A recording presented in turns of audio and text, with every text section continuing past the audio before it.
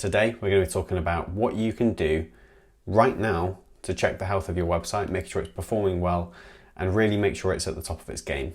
The thing about websites is that they do go out of date with time, and what can quite often happen is that you'll have a pretty good website at the start, and especially when you're launching a new website, it's a big time. You'll get everything nailed down, you make sure all of the text is in the right order, it's saying the right things, it's hitting all the right marks, and then you launch it, and it's great, and it works fine for quite a while. And then 6 months goes past, a year goes past, and over time, it can stop performing as well as you want it to. So we've chosen 6 points today that you can apply to your website right now. Some of them will take a bit more time than others to actually implement, but they're a great way for you to quickly check where your website is in terms of its current performance, and will enable you to think about how you can improve your website right now. Now, there are a whole host of different things you can do to improve your website. The reason we've chosen the 6 points that we have today is because these tend to be the things that fall out of date first, especially when you just don't touch your website for a long time. And these are also typically the things you can do that will give you the biggest bang for your buck in terms of what it's going to give you back. And we want our websites to be effective. That's the whole point there, right? Is to get our message across, get people to buy our services, buy our products, or just let our customers engage with us. And over time, that effectiveness can fall, especially if a website's not looked after. And we find that from lots of companies where they'll launch a website and then it's not really maintained day to day or month to month. And so we'll look at these 6 points as a quick check of where your website is and what you might want to address. Okay, point 1. This is hopefully quite an easy one, and that is have a look at your landing page, the page of the website that you land on when you enter your website URL. Is it still relevant? Does it still showcase your primary product or service? Is it talking to your current audience in the right way? And this tends to be the thing that will change over time. So as your company grows and changes, and also as your audience changes, you might want to be speaking to your audience in a different way, speaking to your target market with slightly different language, or even just offering different services than you used to 6 or 12 months ago. It's really key to have a look at what shows up when you first launch the page without even scrolling, because often with the amount of competition out there, people just will be put off if it doesn't speak to them straight away. So have a think about what that's showing and what that's displaying and the message and the text that you're putting across. Is it still relevant? Can it be brought up to date? Do you need to maybe replace it with something different? Okay, so this is a great example of a website that has adapted slightly for new things that they have to offer. So the message is nice and clear here. It's clearly a hair salon's website, and if we take a look on the right here, they're calling out, it's quite an interesting way of doing it. I've not seen this much before, but clearly calling out their new online booking app. So especially for customers that might have been here before, when they now land back on the page, it's nice and clear what's new to them.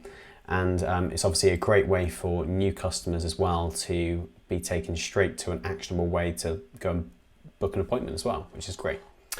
All right, point number 2 is dead links. So dead links are where we click on a link from a website and it goes nowhere. Well, most of the time it will go to an error message saying page not found. And obviously this isn't a great experience.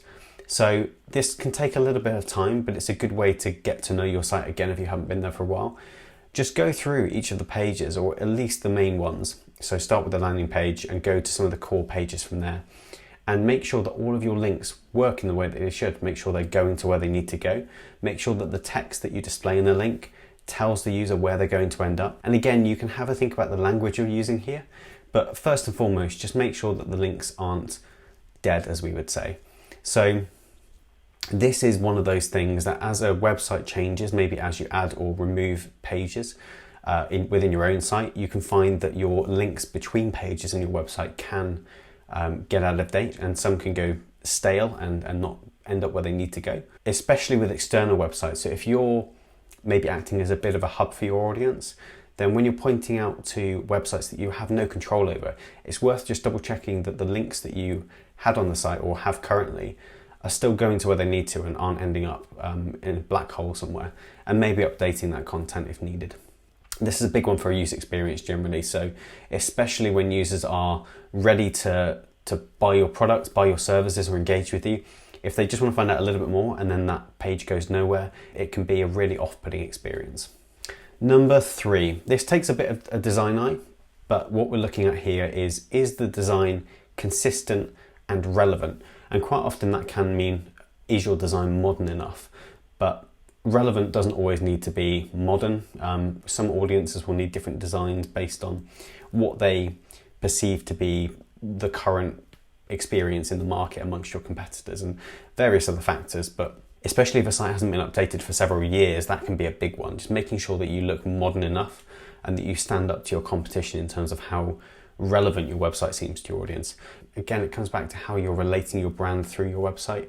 And it's just worth making sure that as your brand grows and your company grows, and again, as your audience changes, that you're still relating to them in the same way and still showing off your brand in the best light that you possibly can. And consistency is another one that can often be missed, especially with websites that are built on frameworks that are hard to maintain. So if over time you're adding new pages, new sections, it's worth just having a look occasionally at the whole site in its entirety, going through the pages and making sure that everything feels consistent.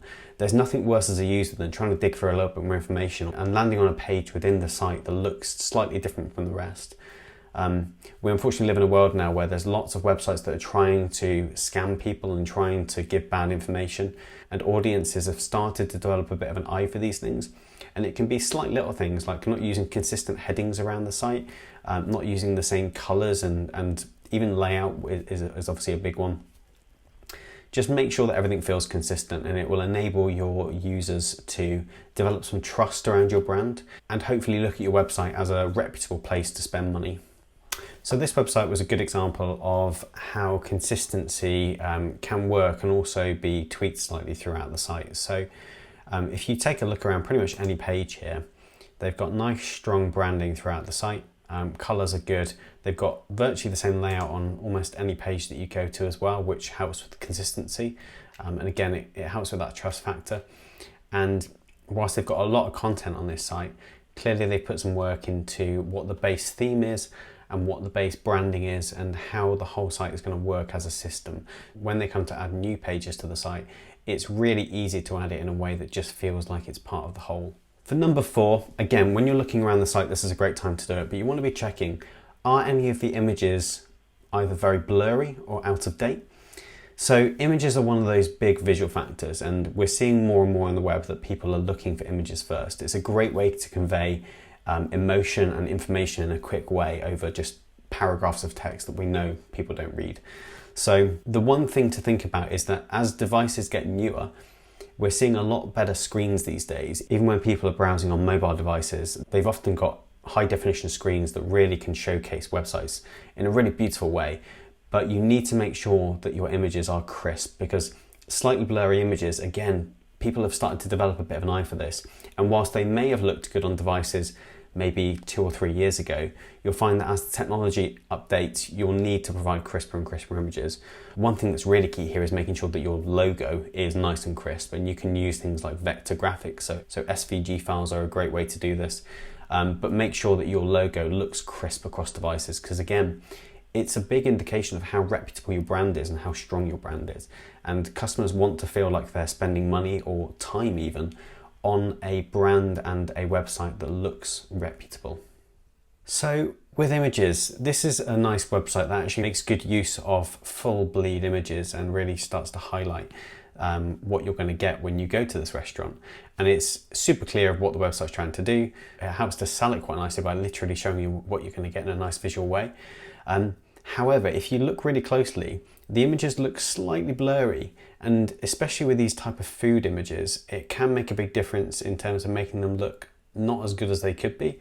Obviously, food photography is a big business in itself, but it's worth thinking about that if these images are looking slightly blurry and they're taking up so much real estate on the screen, maybe they could be made a little bit more up to date and a little bit more high resolution, just to showcase the food in its best light and hopefully drive more customers to the restaurant as well. So for point number 5, check if your copyright notice is up to date. This may seem like a very tiny little point, but again, it's one of these factors that people tend to subconsciously pick up as a whole across your site as to Is your site quality? Is it being looked after? Is it being maintained? Are you still active as a company? And having a copyright notice that might show 2017, 2018, 2019, it will indicate to a user, even though they may not be looking at it and picking it up, that your company might not be as relevant as it once was. And little things like this are very quick and easy to update a lot of the time, but they do add up to form that kind of whole experience. So you'll normally be able to fix this in a couple of minutes, and it's just another level of quality that your website can showcase. So typically you'll find your copyright notice down in the footer of the website, and that should be on pretty much every page and hopefully be pretty consistent. But as you can see here, it quite often falls out of date. So we're recording this in 2020, and clearly this copyright notice hasn't been updated for a good couple of years. So it's one of those things that should be pretty quick to update and will just help an audience to feel like you're still a company that's around and relevant. And clearly from the tweets that we can see over here and the dates on some of these, that this company is really active still. But without that, it might be in the back of someone's mind when they're looking to engage with you of, are you still an active company that's still running and that I can contact today? And for point number 6, this is probably the biggest one, and this will take a long time to implement. There's unfortunately very few quick wins in this area, but it's one of the most impactful things, and that is your website ranking well for relevant search terms? We're all living in a very fast moving world, and having a think about what your audience are searching for, what they need right now, especially amongst the pandemic that we're in at the moment. It's a great example of where companies can really start to use the situation we're in and the real world we're in and create content that can really help their audience around that. Thankfully, we're out of the world where we used to be, where you have to spam keywords across your website to rank high. And it's much more about providing relevant content these days, good relevant content. And whilst it's true that newer content tends to be a little bit more relevant and therefore rank higher in the search results, you can get away with older content as well, but it's worth just being mindful of what content you've got on your site, making sure that that's performing well in search results and that you're really starting to capture the audience that you want to. So put yourselves in the shoes of the user and think, what would I want to search for if I was looking for my company? And that goes beyond just searching for your brand name directly. Have a think about what types of searches you want to be visible for a potential audience to find you. So for example, if you're running a clothing company that specializes in beachwear, you might want to be ranking high for searches like, what shall I wear for the beach? And you can often weave a lot of this into your main content, but you might also consider having a bit of a content strategy going forward. Again, this is quite a big thing and quite a wide thing, but it could be as simple as spinning up a blog on your website and having good relevant content, post once a month even around these terms, have good articles that really help the user first and foremost and don't really go for a hard sell. And you might just find that your website goes up the rankings for a whole new audience. So that's it, 6 quick tips. Well, some were quicker than others, but 6 quick tips that can help you get a good idea of where your website stands today and hopefully give you a few ideas of how you can move the needle in terms of its effectiveness. And that's what it's all about. It's worth making sure that the initial investment you put in your website is still paying off year after year, because websites, when they are maintained, can last a very long time. And as long as your brand isn't moving massively, you can often adapt your website very little and still get great results, but you need to keep on top of it. So this will give you a great benchmark of where things are today and hopefully a bit of a goal as to where you can move forward from. Thanks as always for joining me today, and I'll catch you in the next one.